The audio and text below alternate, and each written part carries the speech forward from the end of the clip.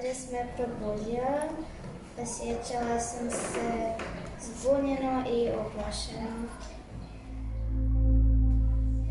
Probudila sam se u strahu. Počele su mi padat igračke sa polica i jedna kutija. Mama se isto probudila u strahu pa je brzo otišla van sa mnom. Vidjeli smo da je naša cijela ulica ispred škole.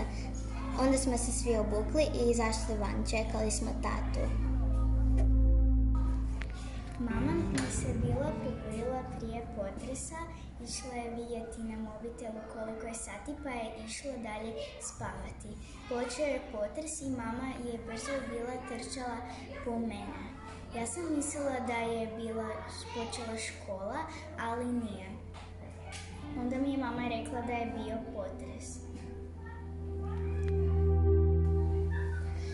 Pa bila sam kod bake i dede, taman sam se bila probudila, bilo je negdje oko 6 sati i sve se počelo trest. Brzo sam bježala jer sam se jako plašila, onda sam izašla van i bila sam se nakon toga samo na kratko vratila da se obučem da vani nisam u pidžami i onda smo tam par minuta stali, a jako sam bila preplašena. Prespavala sam potres. Kad su me mama i tata ustali, bila sam zbunjena. Izišli smo odmah van. Bila sam pospana i tužna.